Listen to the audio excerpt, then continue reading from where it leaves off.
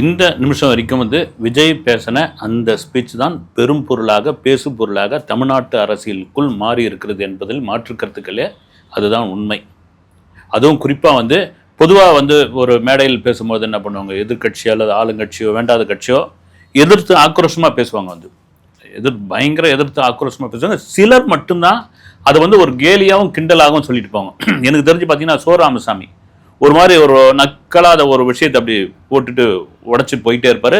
ஒரு சில பேர் அதில் சொல்லலாம், கலைஞரே கூட அப்படிதான் சில விஷயங்களுக்கு கோபமாக பேசக்கூடியவர் பல விஷயங்களை அப்படி அப்படி என்ன சொல்லுவார், ஊசி வச்சு அப்படி குத்துற மாதிரி சொல்லிட்டு போகக்கூடியது.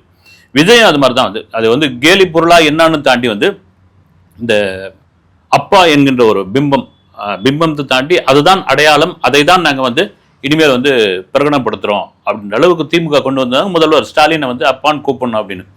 பொதுவே அண்ணா, கலைஞர், புரட்சி தலைவர், புரட்சி தலைவி, புரட்சி கலைஞர், அப்புறம் தளபதி கூட சினிமாவில் ஒரு தளபதி, அரசியலில் ஒரு தளபதி அப்படின்பொழுது அப்பான்னு கொண்டு வந்தாங்க. அது எந்த அளவுக்கு எடுபட்டுருந்து இல்லை. இதை தான் அவர் திரும்ப திரும்ப அங்கிள் ஸ்டாலின் அங்கிள் அப்படின்னு சொன்னது.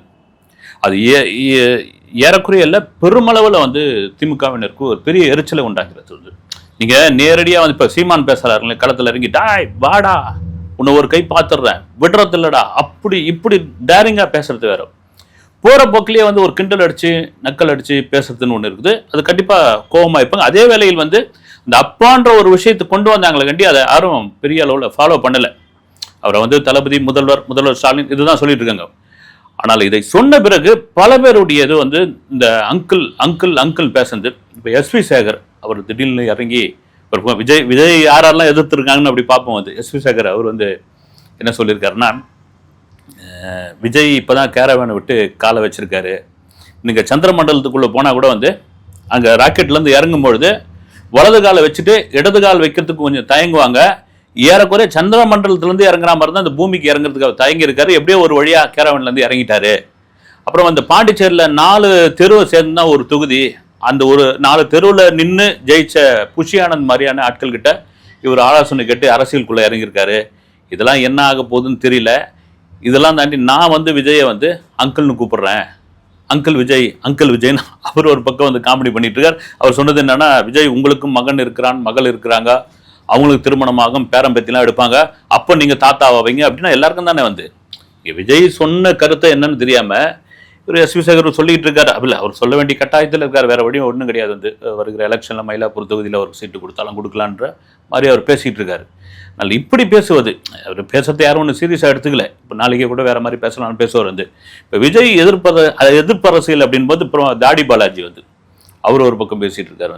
இல்லை விஜய் இதெல்லாம் பேசணும்னு, இதெல்லாம் பேச வேண்டியது அதெல்லாம் விட்டுட்டாரு, அவர் ஏதோ ஸ்கிரிப்டில் எழுதி கொடுத்த மாதிரி அவர் பேசிக்கிட்டு இருக்காரு, பேச வேண்டியதெல்லாம் விட்டுட்டாரு அப்படின்னு. அது என்னதான் விட்டுட்டாரு, சரியா பேசலை, கலைச்சிட்டாரு, இது மாதிரி திரும்ப திரும்ப சொல்லிக்கிட்டு இருந்தாலும் விஜயோடைய அந்த ஸ்பீச் இருக்குல்ல, ஒட்டு மொத்தமாக, ஏன்னா இவ்வளோ நாள் வெளியே வரல தம்பி, நீங்கள் கொஞ்சமாக பேசுகிறீங்க, உங்களுக்கு பனையூர் அரசியல் தான் இருக்குது உங்ககிட்ட, ஒன்றும் அதாவது என்ன அரசியல் பேசுகிறீங்களே தெரியல, வர்றீங்க எங்கேயோ மண்டபத்தில் எழுதி கொடுக்குறத வாசிச்சுட்டு போயிடுறீங்க.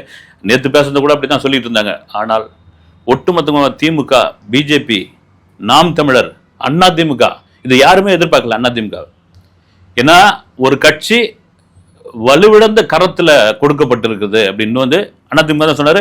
காஞ்சிபுரத்தில் இங்கே ஒரு மீட்டிங்கில் இருந்தார் எடப்பாடி, அவர்கிட்ட கேட்ட பிறகு அப்படிலாம் ஒன்றும் வலுவிழந்த கரங்கள்லாம் எங்கள் கரங்க கிடையாது. அண்ணா, எம்ஜிஆர், அம்மா ஜெயலலிதா இவங்கெல்லாம் அவங்க கரங்கள்லேருந்து எங்கள் கரகத்தை கொடுத்துருக்காங்க, அதெல்லாம் நாங்கள் வலுவாக தான் வச்சுருக்கோன்ட்டு ஒட்டுமொத்தமாக. ஏன்னால் நாம் கூட பேசியிருந்தோம், நேற்றைய நாளுக்கு முந்தின நாள் வரைக்கும் பார்த்தீங்கன்னா டிவிக்கே அதிமுக ஒரு கூட்டணி இருக்கு. அதனால தான் தொடர்ந்து அதிமுகவை எங்கேயும் விமர்சனம் பண்ண மாட்டேன்றார். எடப்பாடி பழனிசாமின்ற ஒரு வார்த்தையை கூட விஜய் பயன்படுத்த மாட்டேங்கிறார் அப்படின்ற ஒரு தகவலை நம்ம சொல்லியிருந்தோம். அதுக்கெல்லாம் ஒட்டுமொத்தமாக உடைச்சாச்சு. இது ஹைலைட்டான ஒரு விஷயம் என்னன்னா, வருகின்ற சட்டமன்ற தேர்தல் 2026 டிவிகே வெர்சஸ் டிஎம்கே மட்டும்தாங்க போட்டின்னு ஏடிஎம்கேவில் உள்ள அத்தனை தொண்டர்களுக்கும் அத்தனை பேருக்கும் ட்ரிகர் பண்ணி விட்டாச்சு.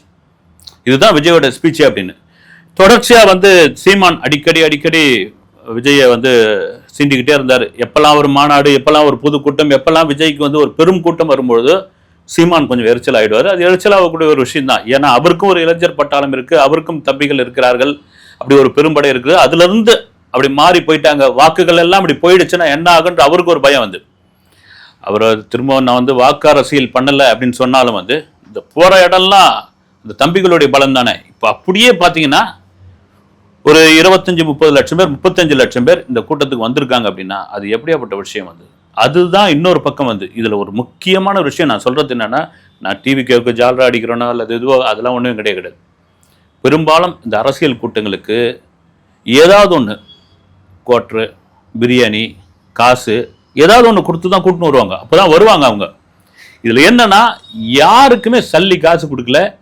இன்னும் மிக முக்கியமான விஷயம், நான் டிவிக்கில் விசாரித்த போது பல இடங்களில் வந்து வாகனங்களை இயக்கிறதுக்கு, இந்த தனியார் வாகனங்களை வந்து கொடுக்கறதுக்கு அதை இயக்கிறதுக்குலாம் தடுக்கப்பட்டிருக்குது. சொந்த வாகனங்களை எடுத்துன்னு வந்திருக்காங்க. பெரும்பாலும் சொந்த வாகனம் எதுக்கு எடுத்துன்னு போகணும் வந்து, அந்த மீட்டிங்கு நமக்கு என்ன சம்பந்தம், அதுதான் நான் பார்ப்பாங்க. நீங்கள் தொண்டர்களாக இருக்கட்டும் வந்து சாதாரண மக்களாக இருக்கட்டும், ஏங்க நம்ம காரை எடுத்துன்னு போனோம், ஏன் நம்ம வேணாம் எடுத்து போனோம். 70,000 வாகனங்கள் வந்திருக்குது நேற்றைய அந்த மாநாட்டில். அதை கூட நிறைய பேர் வந்து மாநாடு இல்லைங்க, இது ஒரு பொதுக்கூட்டங்க. ஏங்க மாநாடுனா என்னங்க, காலையிலேருந்து ஆரம்பித்து அப்படி போய்கிட்டே இருக்கும் வந்து இரவு ஒரு 10 மணி வரைக்கும் அந்த மாநாடு போகும். வராரு ஒரு 2 மணி நேரத்தில் பேசி முடிக்க 2 மணி நேரத்தில் இது முடிச்சிட்டாங்க. விஜய் வந்து ஒரு 35 நிமிஷம் பேசியிருக்காரு, முடிச்சிட்டாங்கன்னு சொல்லுது. என்னதான் இருந்தாலும் அந்த விஜயோடைய ஸ்பீச் தான் ஹைலைட்டான ஸ்பீச். குறிப்பாக அதுதான் சொல்லிட்டு இருந்தார். ஏன்னா இப்போ சமீபத்தில் சீமான் வந்து ரொம்ப பயங்கரமாக ட்ரிகர் ஆகி வந்து, நாங்கள் தெரியுமா, நாங்கள் புலிகள், நாங்கள் வந்து அணில்களை வேட்டையாட மாட்டோம், அணில் குஞ்சுகளை அப்படி ஓரமாக போய் நில்லுங்க தம்பிகளா போங்க, நாங்கள் அணிலை அடித்து நாங்கள் வந்து பசியாற மாட்டோம், நாங்கள் வந்து புலிகளை. அதுதான் சொன்னது. நான் வந்து சிங்கம், நான் கத்தனா 8 கிலோமீட்டர் கேட்கும். அது வந்து நான் செத்து போன விலங்கு, அழுகி போன விலங்குலாம் வேட்டையாட மாட்டேன், உயிரோட என்னை விட பலமான விலங்கு தான் நான் வேட்டையாடுவேன், அந்த பலமான விலங்கு அப்படின்ட்டு. உங்களெல்லாம் நான் ஒரு துச்சமாக மதிக்கலை அப்படின்னு சொன்னது. இன்னொரு பெரிய விஷயம், 2 நடிகர்களை அவர் வந்து திரும்ப சொல்லிட்டாரு. அது நேரடியாக சொல்ல டீகோடிங் பண்ணிட்டாரு. வந்து நான் வரேன்னு சொல்லிட்டு அரசியலுக்கு வந்தவன் கிடையாது, நான் வரணும்னு முடிவு பண்ணி வந்தவன், உச்சத்துல இருந்து வந்தவன், நான் லைம்லைட்டில் இன்னைக்கும் நான் உச்சத்தில் இருக்கிறேன் அப்படின்னு ரஜினிகாந்தை நேரடியாக அவர் தாக்கிட்டாரு. ரஜினிகாந்தை மறைமுகமாக சொல்லிட்டாரு. ரஜினிகாந்த் தான் வரேன்னு சொன்னவர், ஆனால் பேரை குறிப்பிட்டிருந்தா இன்னும் ஃபோர்ஸாக இருந்திருக்குமே, அதுக்கு ஒரு பயம். இன்னொரு பக்கம், நான் ரிட்டையர்ட் ஆகிட்டு வந்து சினிமாவில் ரிட்டையர்ட் ஆகிட்டு ஒன்று வரல, கட்சி எடுத்து போய் நான் அடமானம் வைக்கல அப்படின்னு கமலஹாசன் தான் சொல்லிட்டாரு. இவர் கமலஹாசன் தான் அப்படி வந்து மக்கள் நீதி மையம்னு பூம்னு அப்படி வந்தது வந்து ஒரு டார்ச்லாம் அடித்தார். ஒரு ராஜ்யசபா எம்பிக்காக போயிட்டு அப்படியே போய் சாஞ்சிட்டாரு அப்படின்ற மாதிரி விஷயம். ஏர்போர்ட்டில் இது சம்மந்தமாக கமலஹாசன் கிட்ட கேட்கும்போது அவர் சொல்கிறார் வந்து, அவர் பேரை குறிப்பிடலையே. கமலஹாசன் புத்திசாலித்தனமாக உண்மையாக சொல்லியிருக்காரு வந்து, என் பேருன்னு குறிப்பிடலையே, அட்ரஸ் இல்லாத லெட்டருக்கு நான் ஏன் பதில் சொல்லணும். ஆனால் தம்பி விஜய் வந்து 19 பேசியிருக்காருன்னு அவர் கிளம்பி போயிட்டார். எப்பவுமே விஜய் மேலே கமலஹாசனுக்கு ஒரு சாஃப்டான ஒரு இது உண்டு, சாஃப்ட் கார்னர் உண்டு. இது இதெல்லாம் தாண்டி விஜயகாந்த் எங்கள் அண்ணன் அப்படின்னு சொன்னது. நீ ஒரு மதுரைக்காக தான் விஜயகாந்த் எங்கள் அண்ணன் சொன்னார் அப்படின்னா, உள்ளூரை விஜயகாந்த் அண்ணன் தான், அண்ணல் தான் அப்படின்னு அதை மாற்றுக்கிறது கிடையாது. இந்த 25ஆம் தேதி நடக்க வேண்டிய இந்த மாநாடு 21ஆம் தேதி தள்ளி போனதற்கான காரணம், விஜயகாந்த் பிறந்த நாளில் அந்த மாநாடு நடக்கக்கூடாது என்று சிலர் அப்படின்னு அப்படி அது மாதிரியான விஷயம் போயிட்டு இருக்கு. அதுக்குள்ள ரொம்ப டீப்பாலாம் பார்த்தல. இது சம்மந்தமாக பிரேமலதா விஜயகாந்த் கிட்ட கேட்குறாங்க. விஜய் எங்கள் தம்பி தான், எங்கள் தெருவுக்கு அடுத்த தெருவில் நாங்கள் சின்ன வயசுலேருந்து பார்த்துருக்குறோம். எங்கள் கேப்டன் விஜயகாந்த் நடித்த படங்கள்லாம் விஜய் வந்து அறிமுகமாக சின்ன வயசில் நடிச்சிருக்காரு. அதே வேளையில் நான் என்ன கேட்குறேன்னா, ஒரு இறப்புக்கு விஜயகாந்த் கேப்டன் இறப்புக்கு வந்து வந்திருந்தார் விஜய். ஆனால் அதுக்கு முன்னாடி அவர் உடம்பு சரியில்லாமல் இருந்தப்போ இவர் எங்கே வந்து பார்த்தாரு. இப்போ எங்கள் அண்ணன் சொல்கிறாரு. இருக்கட்டும், சொல்லிக்கிட்டோம், அவருக்கு மட்டும் அண்ணன் இல்லை, எல்லாருக்கும் தான் அண்ணன். அவர் வந்து தமிழக மக்கள் எல்லாருக்கும் அண்ணன், சகோதரர், என்ன வேணாலும் இருக்கட்டும் அப்படின்னு அவங்க சொல்லிட்டாங்க. ஆனால் உள்ளுக்குள்ளே ஒரு இதுதான் இருக்கும். நான் நீங்கள் மதுரைன்னு வரும்பொழுது எல்லாத்தையும் சொல்லும்போது, கள்ளழகரை சொல்லும்போது, மீனாட்சியை சொல்லும்பொழுது கண்டிப்பாக விஜயகாந்தையும் சொல்லி தாங்கணுமா. அந்த கூட்டமும் அப்படி தான் ஆர்ப்பரிச்சது. பல பேர் வந்து அந்த பதாகையெல்லாம் வச்சுருந்தாங்க. வந்து விஜயகாந்த் படம் போட்ட அந்த கட் அவுட்டு அதை வச்சுருந்தாங்க.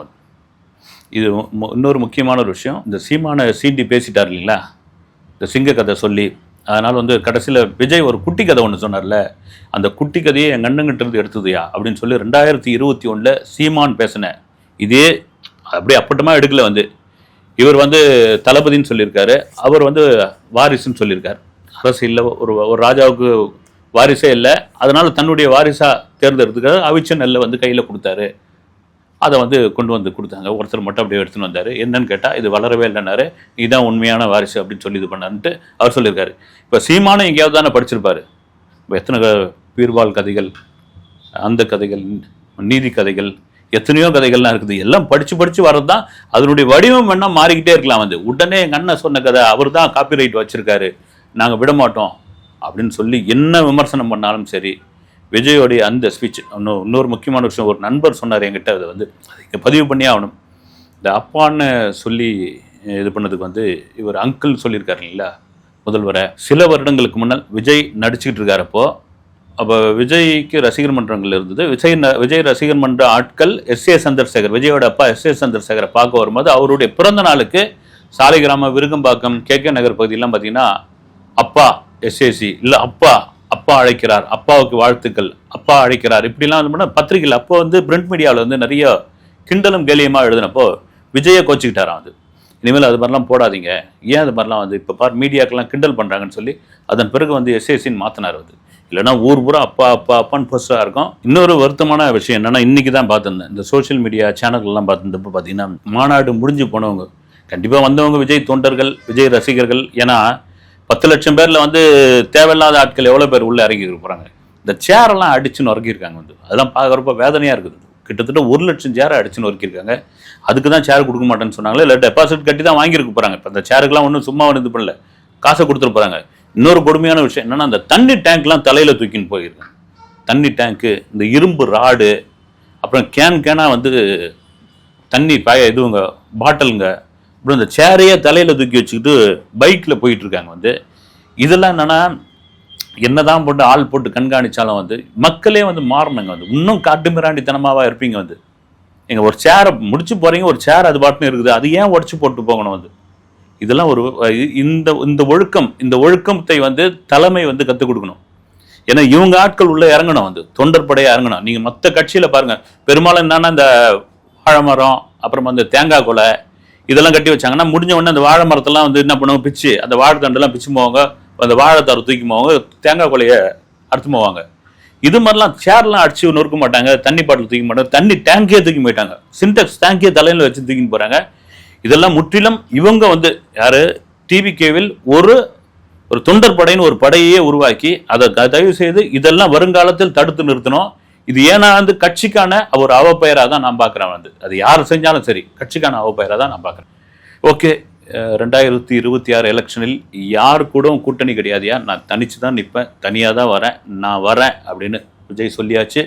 அந்த நான் வரேன், அந்த தனித்து வரக்கூடிய அந்த எழுச்சி, அந்த வரவேற்பு 2026 எப்படி இருக்கும்?